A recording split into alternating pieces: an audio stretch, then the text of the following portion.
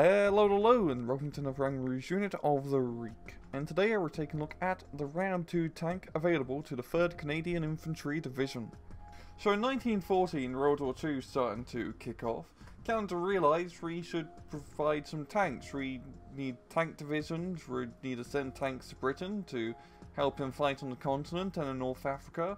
Let's produce some tanks. So the early tank production really consisted of the Valentine infantry tank. But they quickly realised, hey, we're also going to need some cruiser tanks, some medium tanks, to help fill in our tank divisions. And so they were looking for a homegrown design. Now, the Canadian tank forces pretty much looked at the M3 medium tank that the Americans had, and they liked it.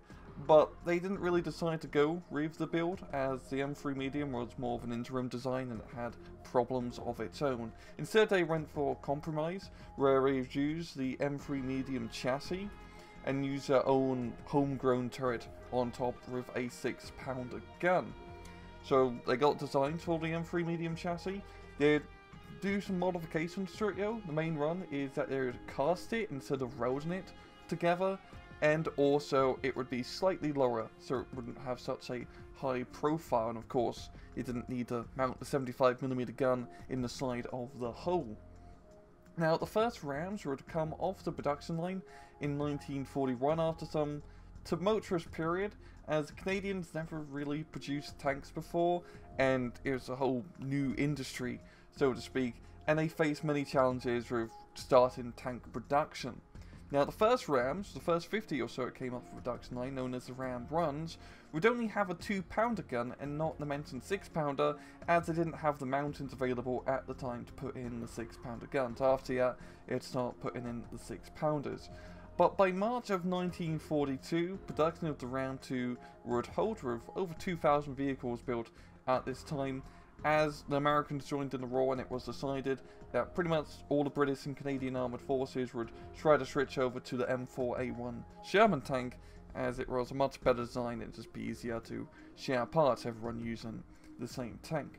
And this is where things get rather interesting for the Ram 2, because the Ram 2 tank was never actually used in combat service on the front line, but its hull and other derivatives of the Ram 2 would. For example, is the Ram Kangaroo.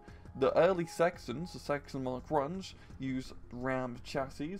It also the Ram command vehicles, which would have the gun inside, but it's just a dummy gun and it'd be using it for calling in off-map artillery, so to speak, in Steel Division.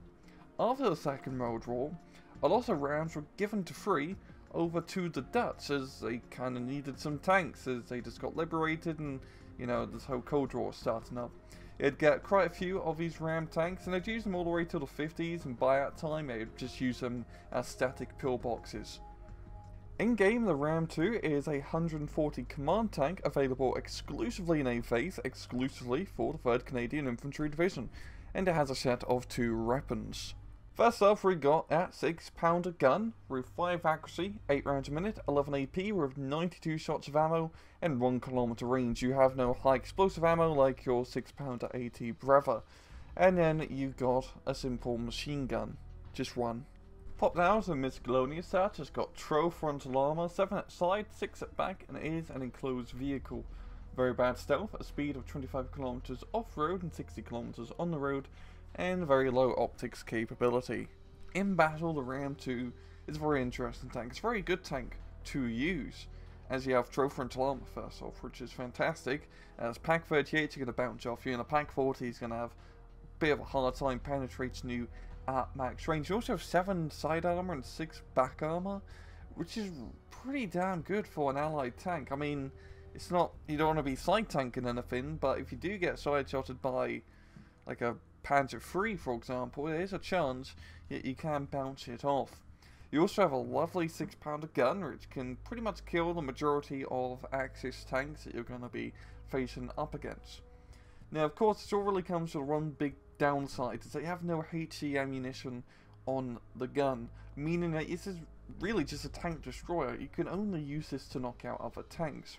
It's pretty similar in terms of road to the Beta Firefly, but you're not spending that much money on just a tank destroyer. Also, the Ram 2 does have veterancy, and it is a command vehicle, so when it's not shooting at tanks, it can buff your other guys around you to help shoot at infantry targets, as you're going to need fire support vehicles and infantry to knock out those infantry and soft targets for you, as you can't use the to kill AT guns, as you can't really get in close enough. And that is kind of iffy thing with the Ram 2, because honestly, it depends on what division you're fighting against. You may be fighting against a bunch of H-35 French tanks in A phase, or you might be fighting an Axis division that doesn't really bring out any tanks in A phase, and the Ram 2 ends up being rather useless. It's really kind of a depends on who you're fighting against situation, like with the Boita Firefly. But overall, it's a good tank to take. I'd only really recommend taking Run of the Ram 2s, as you only have 4 tank slots in total for 3rd Canadian, and you really need to save your slots for those B-phase Shermans and C-phase Fireflies if you want a chance in dealing with Panther or Tigers or really any Axis heavy tank that you may come up against. And yeah, that's the Ram 2. It's a tank destroyer tank that can command a bit. It's cool. I mean, it was never really used, but heck, it's a decent tank with a funny little name. And I'm going to leave it off at, yeah, this has been another Rank Rouge unit of the Reek. I hope you guys enjoyed the video, and usual, please just take it easy.